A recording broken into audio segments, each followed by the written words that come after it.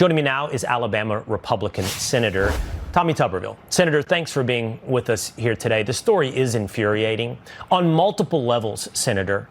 Not just that an illegal immigrant is in the United States committing essentially vehicular homicide, but how in the world is an illegal immigrant driving with a commercial driver's license?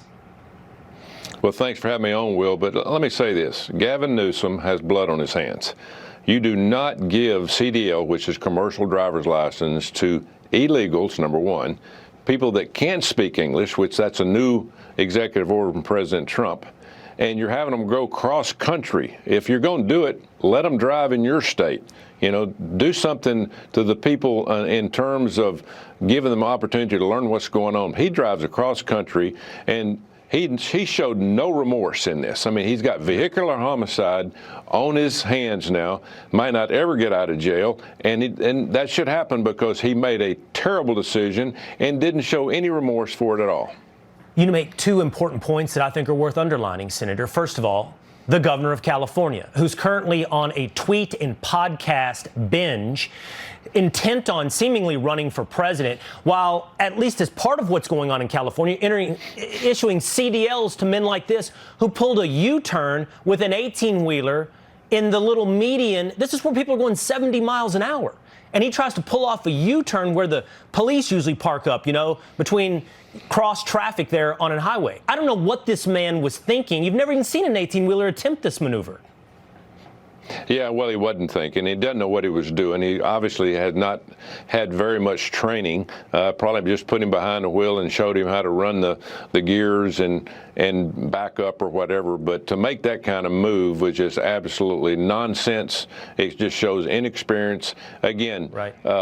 It just breaks your heart that you see people lose their lives for things that these people, the Democrats, absolutely could avoid. And again, right. This is about giving a license to somebody, and an illegal, to drive an 18-wheeler, which weighs tons of weight, and it's hard to control, and you're going to put them out on the road and putting American people's life at risk. And here we do lose three people. But again, it goes back during COVID, Will. California and a lot of these states were just giving CDL license out like candy, and it's unfortunate. The other point that you made, Senator, that I do want to highlight, and I regret to ask to do this, but one more time if we'll play that video, is you mentioned this, Senator, and it certainly stuck out to me as well. The calm on this man's face. I mean, two people just T-boned into your tractor trailer. Two people passed away, ultimately three, and this man's facial expression didn't change, not one bit. And this is a man, by the way, that came over illegally through the California border in 2018, claimed asylum status, fear for his life in India, was granted that, overstayed his visa, here illegally, has a CDL. Last word to you, Senator.